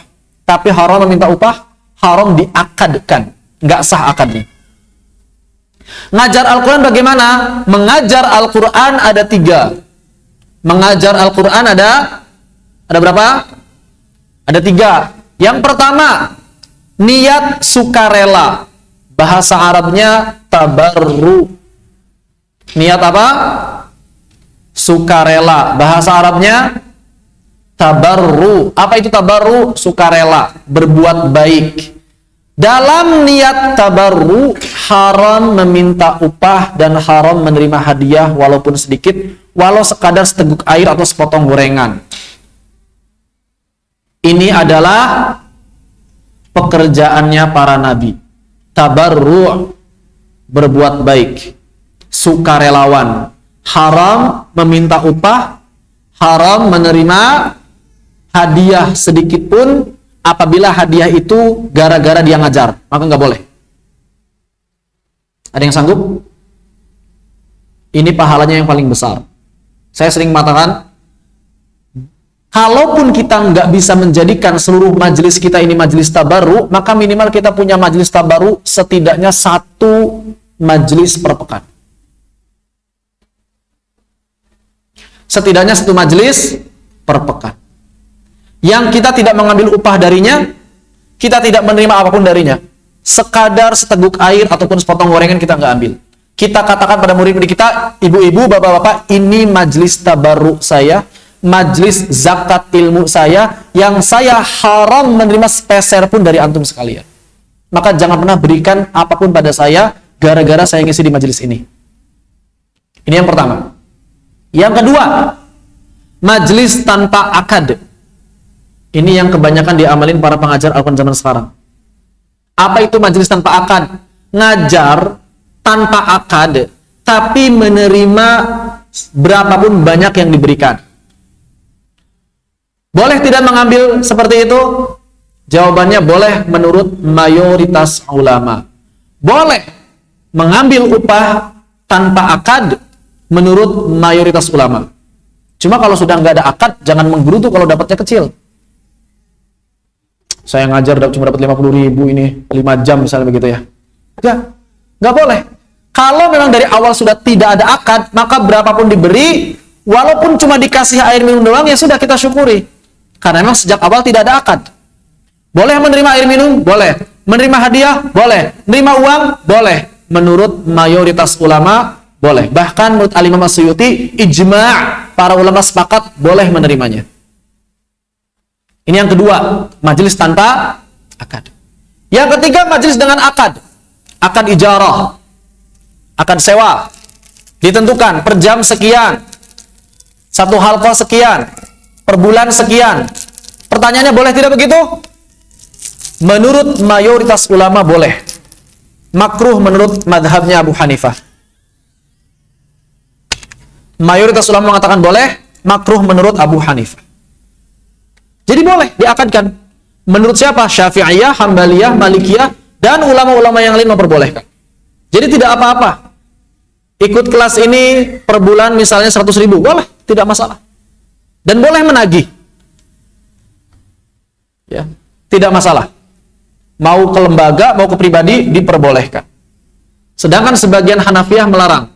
Ya, tadi kalau diakadkan, sebagian Hanafiyah melarang. Begitu. Ini berkaitan dengan mengambil upah dari mengajar Al-Quran. Adapun membaca Al-Quran nggak boleh. Makanya termasuk di dalamnya adalah tadarusan khotaman. Kadang-kadang ada orang diundang, khotaman di rumah saya, nanti saya kasih 1 juta. Nggak boleh. Haram uangnya. Kecuali, ada pengecualian, kecuali apabila ada manfaat yang diterima secara nyata oleh orang yang membayar. Contohnya manfaat itu apa? Contohnya pahala. kalau kita baca Al-Quran, pahalanya bisa diserahkan pada orang lain nggak? Bisa diniatkan diserahkan pada orang lain nggak? Kita baca Quran, saya niatkan, ini pahalanya buat fulan atau fulanah. Bisa nggak? Menurut mayoritas ulama, bisa. Maka misalnya ada ibu-ibu yang ingin mengundang para ahlul Quran, para penghafal Al-Quran, untuk menghadiahkan pahalanya kepada orang tua yang sudah meninggal. Ada misalnya 10 penghafal Al-Quran diundang, nanti kalian baca Al-Quran dikhatamkan dengan niat pahalanya untuk ibu saya bernama Fulanah binti Fulanah. Nanti saya bayar kalau sudah khatam 5 juta buat 10 orang. Sah tidak? Sah. Kenapa sah? Karena ada manfaat langsung yang didapatkan oleh orang yang membayar. Kalau nggak ada akad seperti itu, nggak sah bacaan Al-Qurannya. Termasuk berarti jadi imam. Ada orang jadi imam kalau baca Al-Quran, bacaan yang dapat pahalanya siapa? Imam atau makmum? Orang jadi imam, dia baca Al-Quran, yang dapat pahala imam atau makmum? Ya imam lah, dia sendiri yang dapat pahala. Maka tidak boleh akad ijarah untuk jadi imam. Kalau nggak pakai akad, boleh. Ustaz jadi imam, terus kemudian dikasih hadiah, boleh. Tapi kalau diakadkan, Ustaz jadi imam, nanti saya gaji per bulannya 5 juta, itu tidak sah. Loh, terus gimana supaya sah? Jangan jadi imamnya yang diakadkan, ngajarnya yang diakadkan. Misalnya, Ustaz, antum ngajar pengajian di sini sepekan sekali, nanti saya akadkan seperti ini. Terus kemudian minta juga, dan kalau bisa sekalian jadi imam. Nah, akadnya akad ngajar. Gajinya gaji ngajar, imamnya cuma tambahan, bukan masuk dalam akad. Begitu, ya, itu baru boleh. Atau diganti akadnya bukan akad ijarah, akadnya akad sayembara. Kayak gimana akad sayembara? Siapa yang bersedia jadi imam di sini akan saya bayar 5 juta. Itu sayembara namanya. Itu boleh. Akadnya akad ju'alah, sayembara. Jadi beda akad, beda hukum. Penting. Makanya harus bisa paham fikih muamalah juga para pengajar Al-Quran.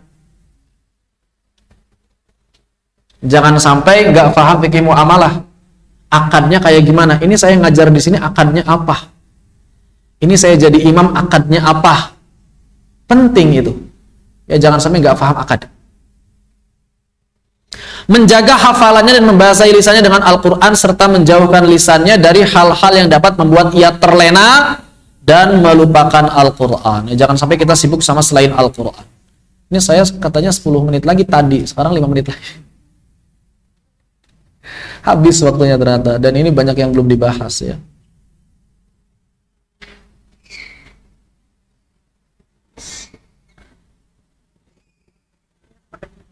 Gimana? Ada jilid 2-nya.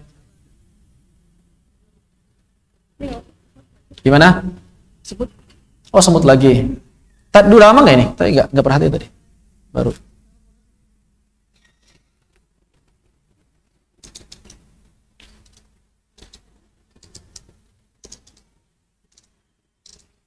Masih hilang.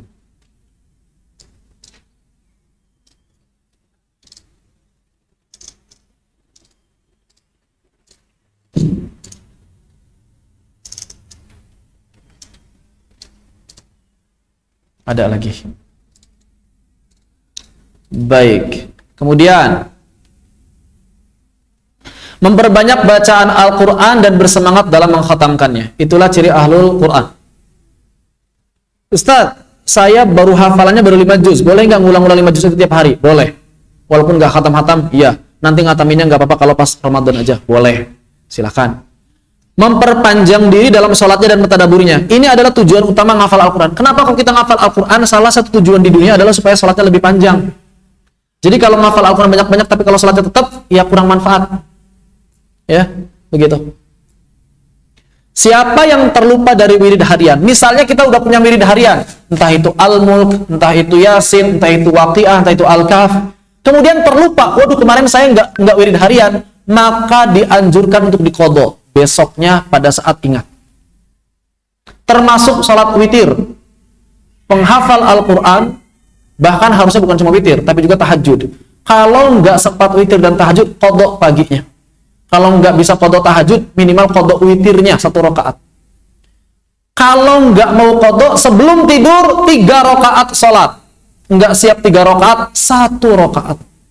Kalau nggak, ba'da isya langsung. Selesai isya berjamaah di masjid kalau ikhwan, selesai isya jamaah langsung sholat 2 rakaat, langsung sholat 1 rakaat witir. Supaya sebelum tidur selalu ditutup dengan witir. Karena witir dalam mazhab Abu Hanifah wajib. Witir dalam mazhab Hanafi wajib. Maka jangan tinggalkan witir. Kalau lupa ganti qadha. Termasuk sholat sunnah yang 10.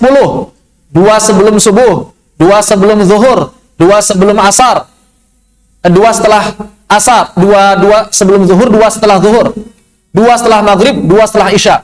Ini jangan sampai tertinggal. Kalau tertinggal qadha. Kalau tertinggal qadha. Mau zuhur ya. Berapa menit lagi? 10 menit lagi waktu zuhur. Begitu. Qadha. Yang 10 rakaat ini qadha, jangan sampai tertinggal. Terakhir, bersemangat untuk mengulang-ulang bacaannya dan mengkhatamkannya di depan guru. Ini yang penting. Berapa kali kita khatam di depan guru kita sekarang? Belum ada yang khatam. Minimal sekali lah seumur hidup. Jangan sampai nggak pernah khatam sekalipun pada guru kita. Ya, para ulama zaman dulu kalau ditanya, Syekh antum berapa kali khatam ke guru antum? Ada yang jawab 10 kali, ada yang jawab 20 kali, ada yang bilang saya lupa, tapi yang pasti saya sudah belajar kepada guru ini selama 20 tahun misalnya. Kita belajar sama guru kita berapa lama? Paling baru setahun udah ganti guru, 2 tahun ganti guru, 5 tahun ganti guru. Kayaknya jarang yang 10 tahun satu orang guru, jarang. 10 tahun itu jarang, 5 tahun aja, 5 tahun jarang ya, satu gurunya tetap. Pengennya gue ganti guru. Ada poster yang baru, jenggotnya lebih panjang, pindah. Ada poster yang baru, jubahnya lebih bagus, pindah. Ada poster yang baru, ada tulisan tertinggi, sanad tertinggi, pindah lagi guru. Nggak selesai-selesai akhirnya belajar. Makanya saya sering sampaikan, lebih baik punya satu guru tapi berulang kali khatam padanya daripada punya banyak guru tapi nggak ada yang khatam sekalipun. Begitu. Wallahu ta'ala a'lam. Habis waktunya. Motivasi bagi penghafal Al-Quran yang tidak ingin menambah hafalannya. Tadi sudah disampaikan bahwa semakin banyak hafalan di akhirat, semakin tinggi derajat. Kadang guru Al-Quran punya catering sendiri, masak di dapur, harus ikut terjun masak di dapur. Apakah merendahkan muruahnya? Insya Allah enggak kalau kayak gitu ya. Apakah banyak tilawah menghilangkan zikir pagi petang tidak apa-apa? Jawabannya tidak apa-apa.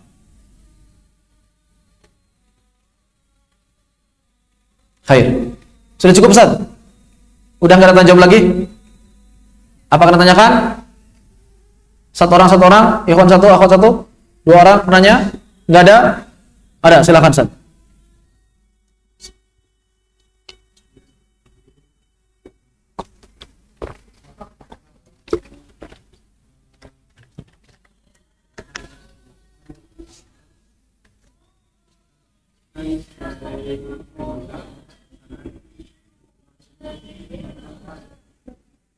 Apa hubungannya?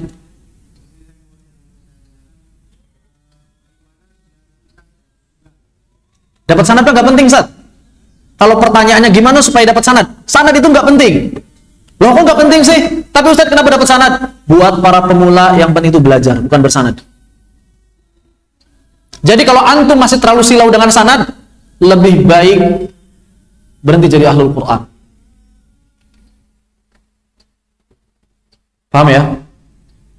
Kalau misalnya ada yang datang ke saya, Ustaz, saya pengen dapat sanad 30 juz, gimana caranya? Nih, ijazah, udah selesai, pergi dari sini.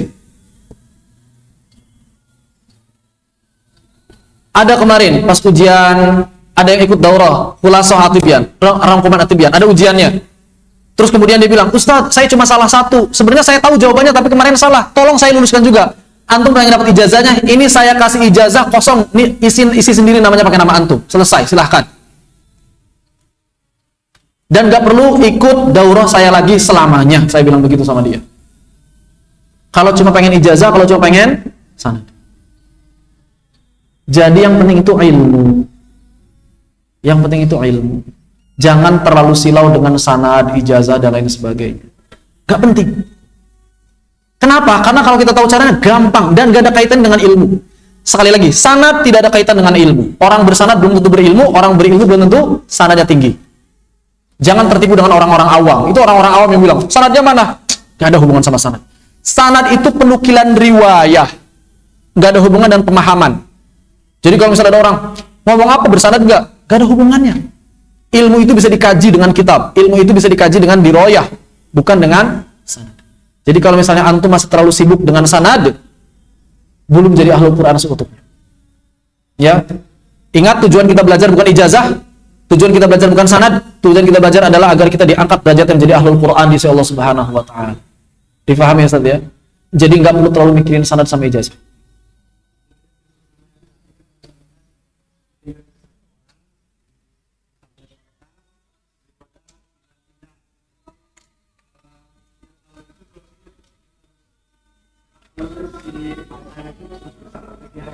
Yang penting itu belajar sama guru tersebut, udah selesai.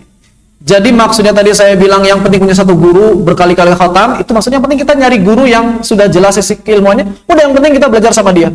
Mau kita dikasih ijazah oleh beliau, mau tidak, itu urusan lain. Yang penting kita terus belajar sama dia, jangan berhenti belajar. Begitu ya Ustaz ya? Jadi jangan terlalu mikirin sanad, nggak penting. Saya sering sampaikan seperti itu. Kalau ada yang nanya saya, Ustaz gimana cara dapat ijazah? Kalau pengen dapat ijazah ini saya kasih ijazah, nggak usah belajar sama saya. Kalau yang pengen belajar saya terima belajar. Tapi kalau pengen ijazah nggak usah belajar sama saya. Begitu, ya demikian. Jadi jangan terlalu silau dengan lembaran-lembaran kertas. Begitu, karena nggak akan menyelamatkan kita di akhirat. Sanad ijazah itu nggak akan menyelamatkan kita di akhirat. Yang menyelamatkan kita di akhirat adalah ilmu kita, amal kita. Wallahu ta'ala. Begitu. Ada yang tanyakan lagi? Silakan, gimana Ibu? Salat sunnah itu bisa diqadha. Mau witir, mau tahajud, mau qabliyah, ba'diyah bisa diqadha. Bebas seingatnya, tapi nggak boleh terlalu lama. Kalau sudah terlalu lama nggak sah lagi. Bukan, yang namanya diqadha itu apa sih artinya qadha? Qadha itu artinya salat di luar waktu. Qadha itu artinya apa? Salat di luar waktu. Kalau pada waktunya namanya bukan qadha, tapi al-ada. Berarti guru Al-Quran harus belajar fikih juga nih. Di qadha itu memang ketika di luar waktu. Kapan? Bisa pagi, bisa siang, bisa sore. Yang namanya qadha itu salat di luar waktu. Kalau kita salat witirnya malam itu bukan qadha namanya, tapi al-ada. Difahami ya? Kalau salat di luar waktu namanya qadha. Misal kita belum sempat salat ba'da zuhur, tapi udah keburu asar, maka salat di waktu asar niatnya ba'da zuhur, itu namanya qadha. Dipahami ya?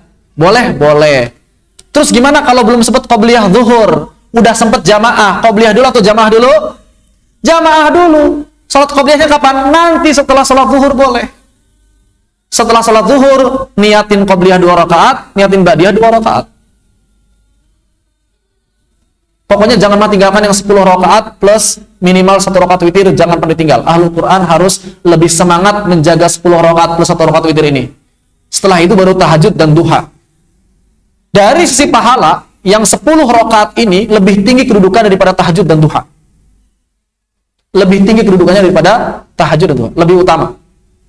Ya, begitu. Allahu taala. Faqul wa li hadza wa astaghfirullah li wa lakum. Subhanakallahumma bihamdika asyhadu an la ilaha illa anta astaghfiruka wa atubu ilaik. Saya serahkan kembali kepada moderator.